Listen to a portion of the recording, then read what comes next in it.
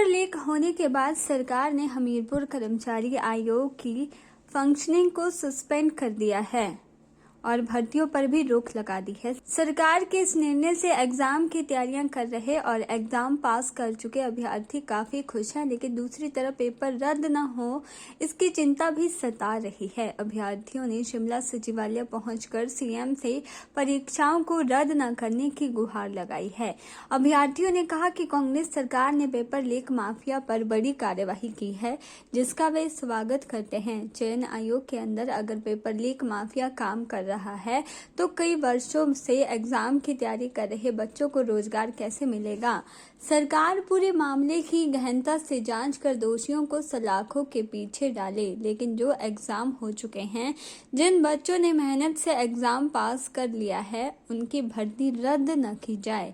Years से exam की तैयारी कर रही हूँ सर। मैंने भी 817 का एग्जाम दिया है, वो भी क्लियर हो गया। फिर अपन 903 भी दिया, वो भी हुआ।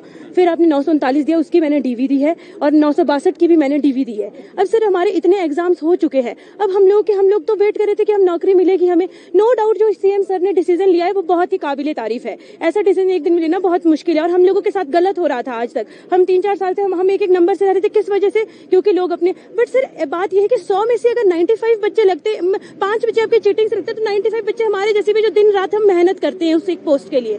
बट अब अगर सारे एग्जाम्स यहाँ पे कैंसिल होते तो ये हमारे साथ बहुत गलत होगा सर। हमारे वो 3 साल वेस्ट। हम लोग नौकरी की तलाश कर रहे हैं, बट क्या हो रहा है, आज हमें रोड पे आना पड़ रहा है। तो सर हमारे लिए, हम लोग बिल्कुल भी नहीं चाहते कि हमारा कोई एग्जाम कैंसिल हो। एसआईटी वाले अपनी पूरी इन्वेस्टिगेशन करे, जल्दी से जल्दी करे, और हमारे सारे रिजल्ट्स भी आए, कोई भी एग्जाम हमारा कैंसिल ना हो। बस थोड़ा धक्का भी लगा कि हम मेहनत क्यों कर रहे हैं। हाँ जी सर, हमें बस यही लगा कि हम मेहनत किस लिए पढ़ रहे हैं। हम एक एक नंबर से रहते हैं, हम किस लिए पढ़ रहे हैं, जब बच्चों ने ऐसे ही लगना है। जो लग रहे हैं हम लोग 80-80 नंबर आ रहे हैं, 80-80 नंबर वाले नौकरी में लग रहे हैं, हमारे 1-1 2-2 नंबर हमारे काम आते हैं, हम नहीं लग पा रहे हैं। 2-3 साल पहले तक 60 नंबर मेरिट जाती थी, अब आपकी डायरेक्ट 80 मार्क्स आपकी मेरिट जा रही है, अब 80 भी जा रही है। तो अब हमें पता चल रहा है कि आप 80 मार्क्स मेरिट क्यों जा रही है।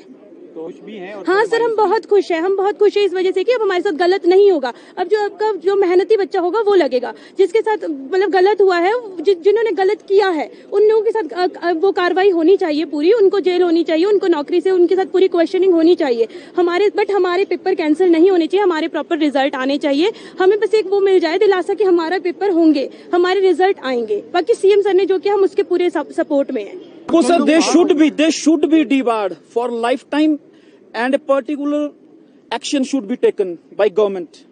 और जिन्होंने एग्जाम निकाले हैं, ठीक है, हमारे को तैयारी करते इतना टाइम हो गया, अब हमने मेहनत करके एग्जाम निकाले हैं, ठीक है।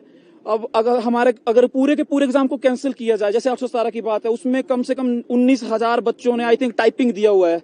अब 19,000 बच्चे, अब उन्होंने कुछ सोचा, पहले ही ये 3 साल से लटका हुआ है। अब वो बच्चे, उनका एक जिसको बोलते हैं मोराल भी डाउन होगा अगर पूरा का पूरा पेपर कैंसिल होता हो। बिल्कुल सर, बिल्कुल।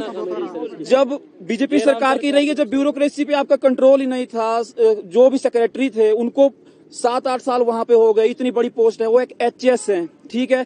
और कोई भी एक एचएस आई थिंक 3 या 2 साल से किसी एक इतनी बड़ी पोस्ट पे नहीं बैठता है, ठीक है। और जो भी एक लेडी के कारण हमारा पूरा भविष्य खराब हो गया, ठीक है। अब उनके जो एक सपुत्र हैं, जो भी हैं, 2 हैं, वो बड़ी बड़ी पोस्टों पे लगे हुए हैं, ठीक है। अब वो 5-5 पेपरों में टॉप पर आ रहे हैं। आज मेरे को आई थिंक मैं 2018 के लगभग तैयारी करना स्टार्ट किया था मैंने, तो उस टाइम जो एग्जाम्स की मेरिट जाती थी तो बहुत कम जाती थी, क्योंकि फेयर थे एग्जाम। की चैनल के लिए शिमला से पुष्पेंद्र कुमार की रिपोर्ट।